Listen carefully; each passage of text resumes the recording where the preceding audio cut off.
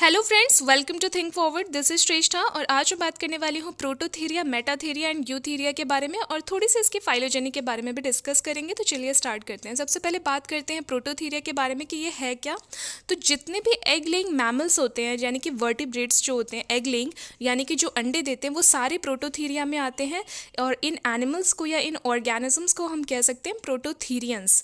ठीक है, तो ये सबसे प्रिमिटिव क्लास है या एंसेस्ट्रल क्लास है मैमिलिया का, जिसमें कि एग लेइंग मैमल्स आते हैं। इसमें मेनली दो एग्जाम्पल्स हमें देखने को मिलते हैं। First one is एकिडना and the second one is platypus. In this diagram the first image is of platypus and second one is of एकिडना। ठीक है, तो ये दोनों ही एग लेइंग मैमल्स हैं और ये फ्रीली इन्वायरमेंट में एग्स को एक्सपोज करते हैं। आफ्टर सम टाइम उसमें से बेबी एमर्ज आउट होता है। तो ये सारे क्या हैं? प्रोटोथीरियंस। अगर हम इनके फैमिलीज़ और ऑर्डर की बात करें तो ये सारे जितनी भी दो फैमिलीज़ आती हैं और तीन एक्सटेंट स्पीशीज़ जो इसमें आती हैं, वो दोनों सब एक ही ऑर्डर में है, मोनोट्रिमेटा। और मोनोट्रीम्स को ही हम क्या कहते हैं? Egg laying mammals. ठीक है, तो जो ऑर्डर है वो मेनली कहाँ पाया जाता है? ऑस्ट्रेलिया में और न्यू गिनी में। और ये टेरेस्ट्रियल और एक्वेटिक स्पीशीज़ जो हैं, ये क्या है? मेनली एंडोथर्मिक होती हैं।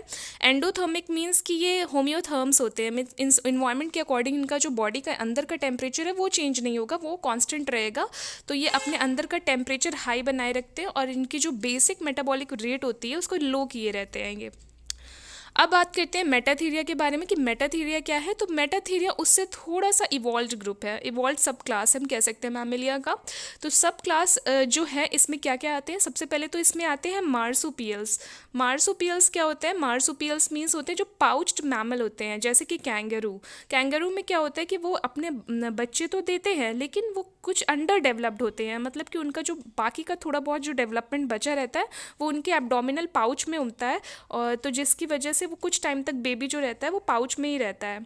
ठीक है, तो इसके जो एग्जाम्पल्स है वो कैंगरू है और सेकंड वन इज कोआला। ठीक है, ये दोनों ही मार्सुपियल मैमल्स हैं। ठीक है, मार्सुपियल्स एक खासियत इनकी और होती है कि इनके पास ट्रू प्लासेंटा नहीं होगा, जैसे कि ह्यूमंस में होता है कि जो बेबी का कनेक्शन है मदर के साथ वो अपरा यानी प्लासेंटा के थ्रू उसका जो कनेक्शन है वो बना रहता है। जो हमारा बेली बटन होता है उसी के थ्रू वो जो बेबी होता है वो अटैच्ड रहता है प्लासेंटा के थ्रू, और सारा न्यूट्रिशन, ऑक्सीजन एक्सक्रीशन जो भी उसका हो रहा है वो सब उसी प्लासेंटा के थ्रू होता रहता है। ठीक है, तो इसमें ट्रू प्लासेंटा देखने को नहीं मिलता, जैसे कि यूथीरिया में आगे हम देखेंगे कि मिलेगा। तो जो most of the Metatheria species होती हैं वो कैसी होती हैं? हर्बीवोर्स होती हैं, यानी कि ये जो होती हैं वो हर्ब्स पे यानी कि आपके घासें हैं, ग्रासेस हैं, ट्रीज़ हैं, इन पर डिपेंड करेंगे न्यूट्रिशन के लिए।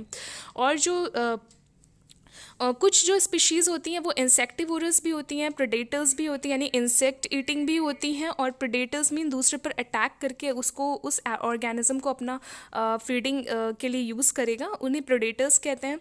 एग्जाम्पल्स तो मैंने बता ही दिए, कैंगरू, कोआलास, इसके अलावा ऑपोसम्स भी होते हैं। कुछ एग्जाम्पल्स हैं मेटाथीरिया के। ठीक है, next one is Eutheria. Eutheria ये एडवांस्ड मैमल्स होते हैं। सबसे अगर तीनों क्लासेस में देखा जाए तो सबसे ज़्यादा एडवांस्ड सब क्लास कौन सा होता है मैमल का? यूथीरिया। तो यूथीरिया में आते हैं ह्यूमंस, जैसे कि हम लोग जो प्रोड्यूस करते हैं वो यंग वंस को प्रोड्यूस करते हैं। जो पूरा जो बेबी होगा वो फुल्ली डेवलप्ड होगा एनाटॉमिकली।